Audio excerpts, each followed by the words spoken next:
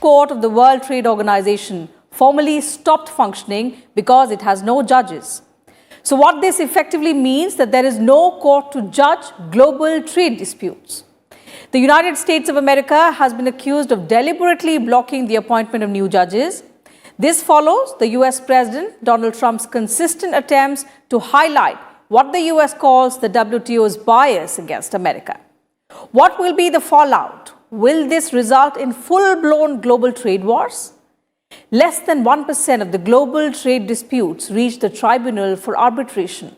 But more than the arbitration, what the existence of WTO did provide was an impetus or even a strong nudge to governments to settle differences. A collapse of the institution itself, it is feared, would be a strong motivation for aggressive governments to impose their rules on global trade. Today, we consider these issues and the pressures on the global trade regime, as well as the impact of the WTO and its role in assisting the free and fair flow of global trade.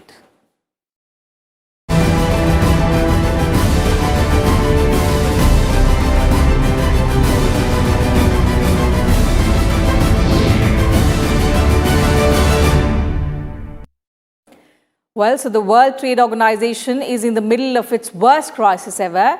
Its dispute settlement mechanism is paralyzed, with the United States blocking fresh appointments of judges. The global body is also staring at a potential collapse by the year 2020 as US threatens to block its budget, accusing it of overstepping its mandate. While China, Russia, EU and other members try to cobble up efforts to save the global body, for now, the international trade disputes remain in a limbo.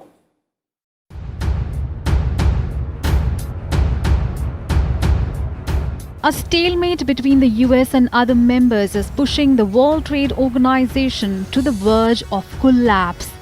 Its appellate body effectively stopped functioning on Wednesday as the United States blocked new appointments to the panel, accusing the court of serious overreach.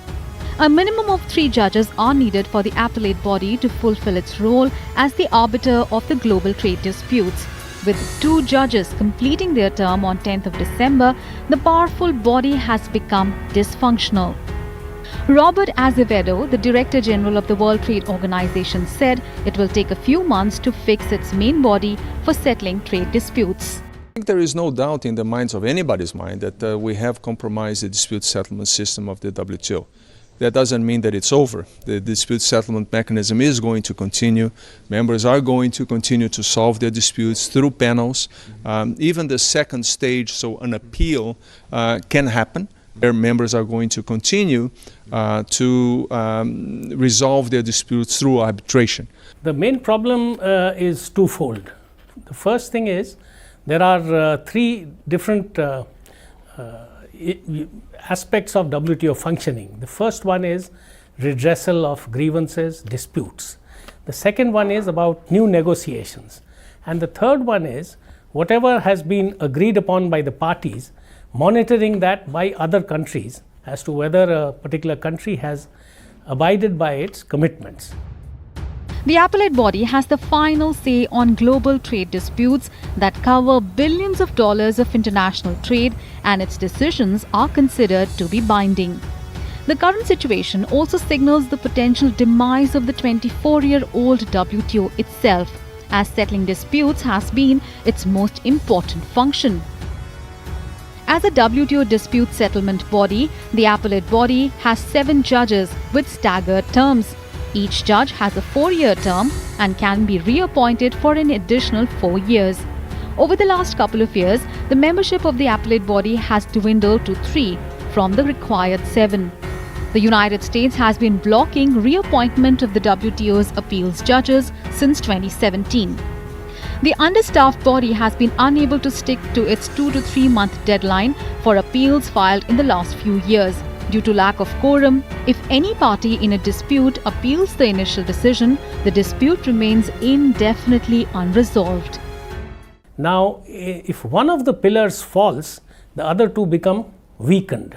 Now, the most important pillar was the dispute resolution pillar, because if a dispute arises as to a violation of a WTO agreement, and if there is no redressal or recourse, then every country will feel free, especially the more powerful ones amongst them, to violate the WTO agreement or their commitments.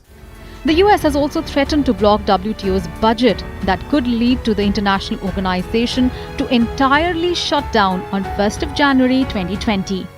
So that is exactly what has happened now, because as of Tuesday night, the WTO appellate body has only one member left, and at least 3 members are required to decide an appeal. However, China and European countries are making efforts to preserve the WTO. The European Union has proposed an interim court to replicate functions performed by the appellate body. Canada and Norway are also on board with the plan. China has offered to work with the majority of World Trade Organization to address the challenges. Russia is also assessing the plan put forth by the EU. The WTO's dispute settlement procedure is seen as vital to smooth international trade, with over 500 international disputes brought to the WTO and over 350 rulings issued since 1995. The current developments put India at a disadvantage and will create a more challenging trade environment. India is already facing a rising number of dispute cases, especially on agricultural products, including sugarcane. There is now great uncertainty over the dispute settlement process. With the appellate body becoming non-functional, countries may be compelled to implement rulings by the panel for lack of appeal. With inputs from Vipul Agarwal, Bureau Report, Rajya Sabha TV. The Trump administration has forced the chief international trade dispute referee, the appellate branch of the WTO's dispute settlement body, to lose its ability to function this week, with its continued blocking of new appointments to the judges panel. Now, behind the US move is years of grievances against the World Trade Body, including the accusation that the WTO is undermining Trump's America First policy. US President Donald Trump has for months blocked the appointments of judges to the World Trade Organization Appeals Court, accusing the world body of overstepping and derailing his America First policy agenda. The move comes as Trump escalates protectionist policies on multiple fronts, including plans to extend punitive tariffs to virtually all imports from China. The White House has also ramped up trade threats against US allies in South America and the European Union. Trump argues that the WTO has unfairly undermined the US position in those negotiations. What he forgets, however, is that the organization had in October delivered a huge victory to the US with a record $7.5 billion award over illegal subsidies that the EU gave to Airbus. The US has a few grievances which it has been mentioning. The first one is that it feels that the appellate body has taken on more powers than were given to it under the dispute settlement understanding. The first one is the power of precedence, creating precedents. In the case of the Supreme Court, for instance, whatever the Supreme Court in India decides, later on can be quoted by the High Courts as well as the Supreme Court as a precedence. Now, that is not allowed according to the US in terms of the WTO agreement. The appellate body has to decide each case separately and on merit without taking into account what has happened in the past. Now, the US, if I may quote a few cases, in Japan alcohol, the WTO was created on the 1st of January 1995. 1996, there were a large number of cases. The US brought a case against Canada periodicals. It is known as Canada periodicals. It brought a case against Japan alcohol.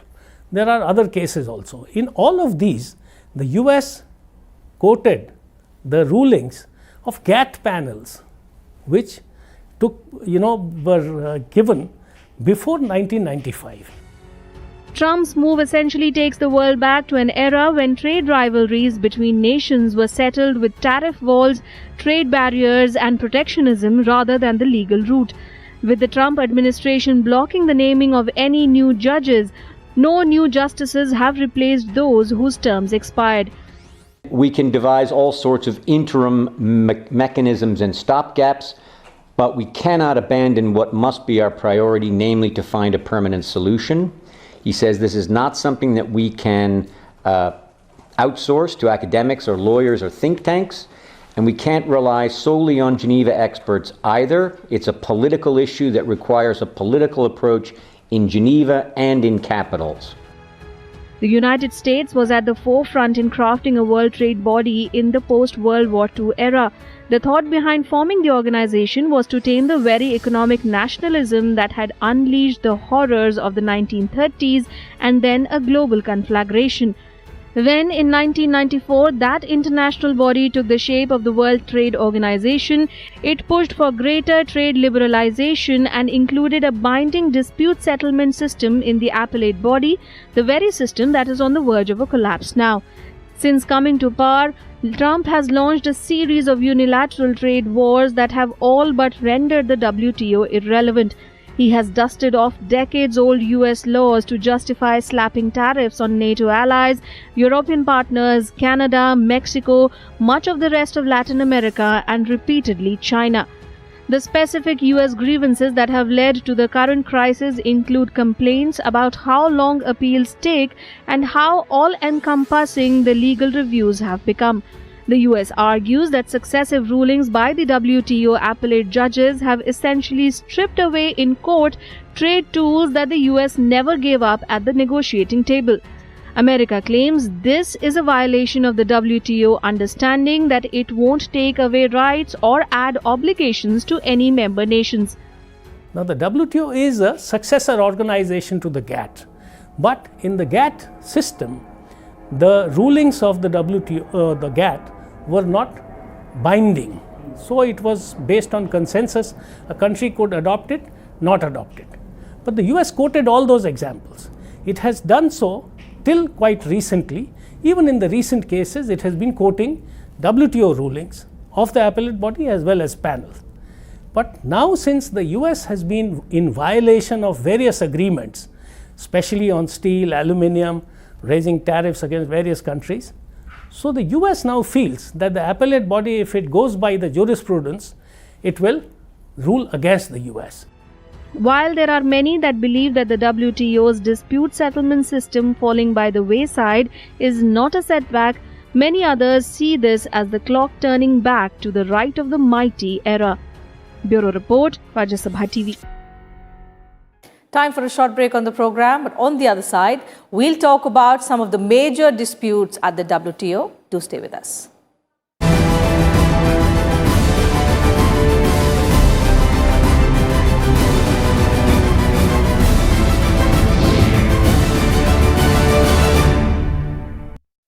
Welcome back. You're watching In Depth.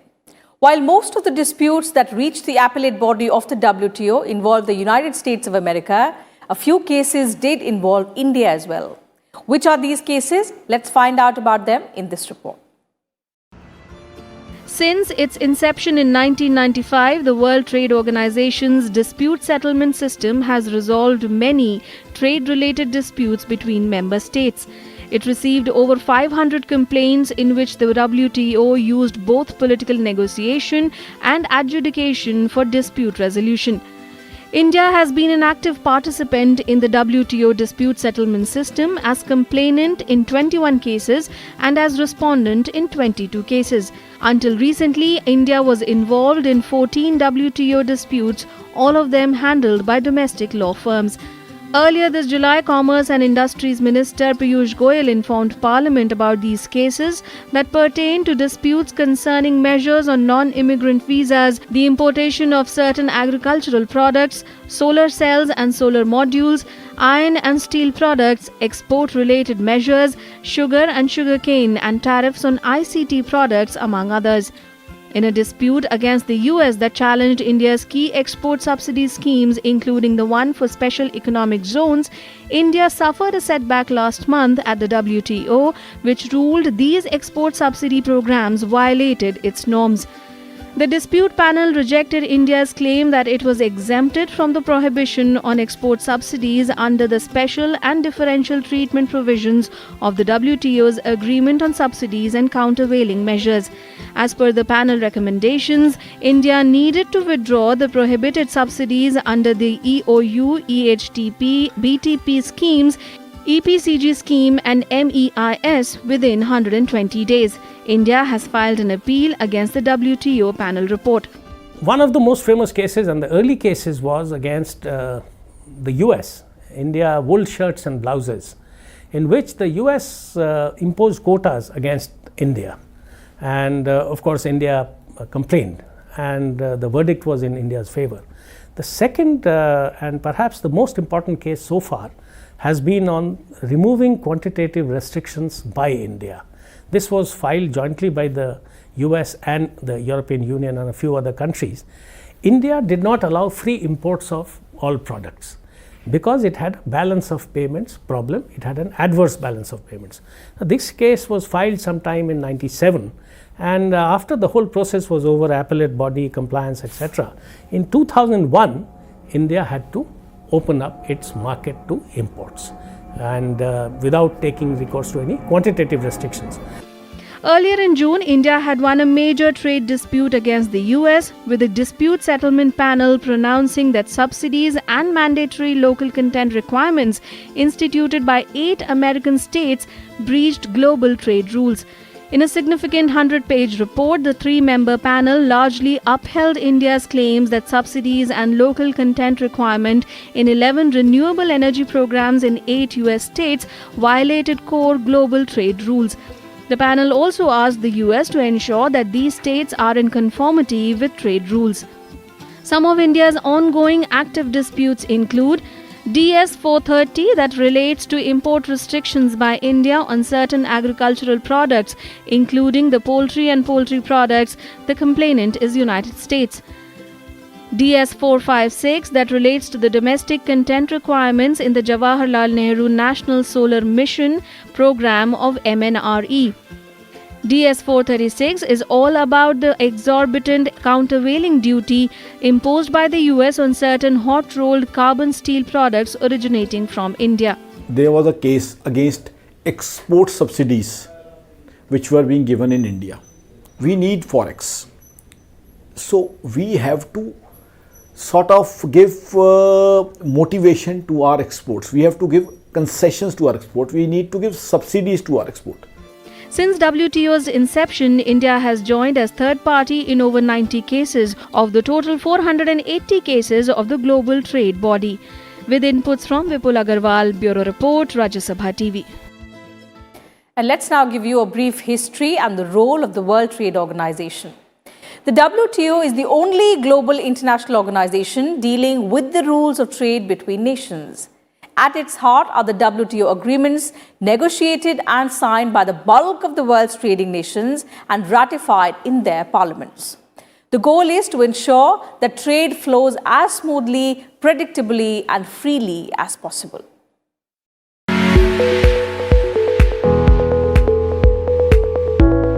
With 164 member countries, the purpose of World Trade Organization is to promote international commerce. Established in 1995, the WTO is based in Geneva, in Switzerland. It is the successor to the General Agreement on Tariffs and Trade, or the GATT, a group founded in 1948 whose rules created the modern multilateral trading system. The primary objective of WTO is to help free and predictable flow of trade. It does this by administrating trade agreements, acting as a forum for trade negotiations, settling trade disputes, reviewing national trade policies, building trade capacity of developing economies, cooperating with other international organizations. WTO's 164 members account for 98% of the world trade. 22 countries have the negotiating membership. The WTO is run by its member governments, and all major decisions are made by the Ministerial Conference that meets roughly every 2 years. A General Council conducts the organization's business at intervals between ministerial conferences. Since the inaugural conference in Singapore in 1996, there have been 11 such meetings. The 12th is scheduled to take place in June 2020 in Kazakhstan. The WTO's guiding principles remain the pursuit of open borders, guarantee of the most favored nation principle, non-discriminatory treatment, and a commitment to transparency in the conduct of its activities. However, critics argue that WTO is pursuing an agenda driven by business interests and that its rules undermine the sovereignty of its member states. In recent years, the lack of progress in talks has led some countries to seek trade agreements among smaller groups. Currently, WTO is facing its worst crisis due to hostility by one of its main members, the United States, that could lead to a potential shutdown of the organization in the near future. Bureau Report, Rajya Sabha TV.